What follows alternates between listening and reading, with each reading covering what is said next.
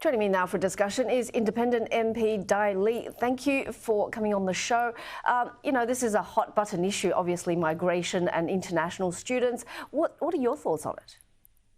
Good morning, Chang. Look, being a refugee and a migrant and representing one of the most multicultural, multi-faith electorates in the country, I can say to you that we, migrants have built our economy and the whole country. So we welcome migrants. In Fowler, in the last 6 or 7 years, have had to house and looked after 10 of the 12,000 refugees that have arrived here. So we actually have had to, carry the weight of the country in terms of looking after these newly arrived migrants. So, and as you can appreciate, that puts a lot of pressures in our infrastructure and our services, our local schools. So it has, and especially we are experiencing cost of living crisis at the moment that is putting more pressure.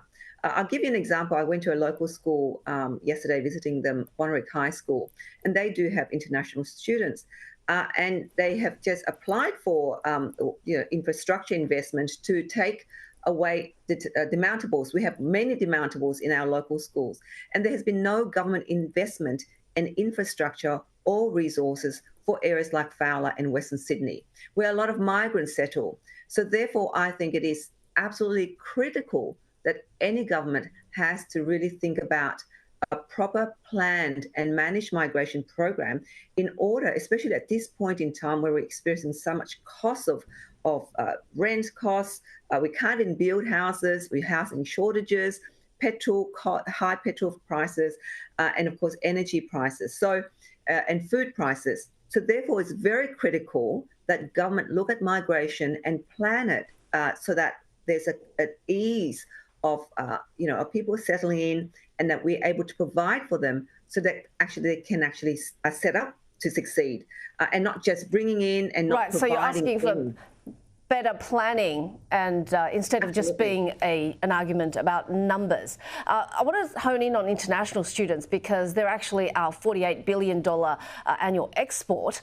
And, figures show that international students only make up 4% of the rental market. Do you think the worry is that they're driving up, tightness in the rental market are overblown? Look, I think that migration is a factor towards driving up costs of living, driving up, shortages of housing demands. International students, have provided an income to our economy. I think it's the second or third largest, as you mentioned, export, to the world. So I think it plays a very important role for universities. Universities have become very reliant on international students. So I think we shouldn't be pointing a finger and blaming any one sector of our economy.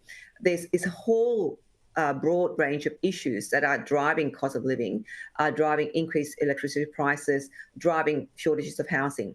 But migration plays quite an important factor. So international students, we have to also, like any migration, have to manage and plan well, because we need to ensure that they come here to get the best education.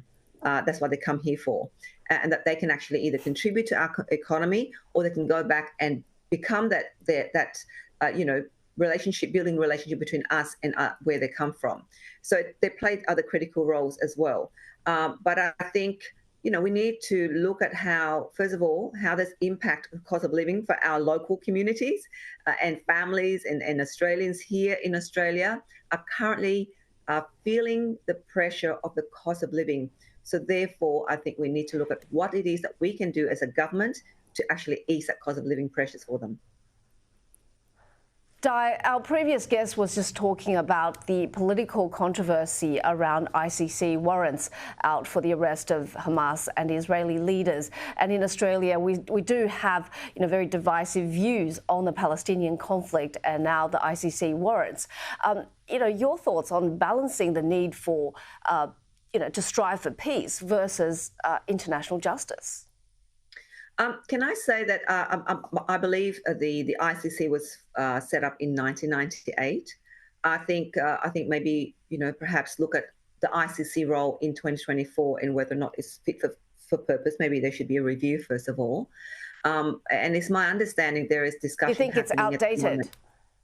Well, I think any institutions that's long needs to be reviewed and need to assess how it's operating. You know, if any organization, as you know, I think after 10 years, you need to look at are we operating the way that we should be operating? What can we improve? How we can improve a system? So it's not just ICC. Any institutions need to really look at and assess how we're operating every decade, I reckon. Thanks so much, Dai.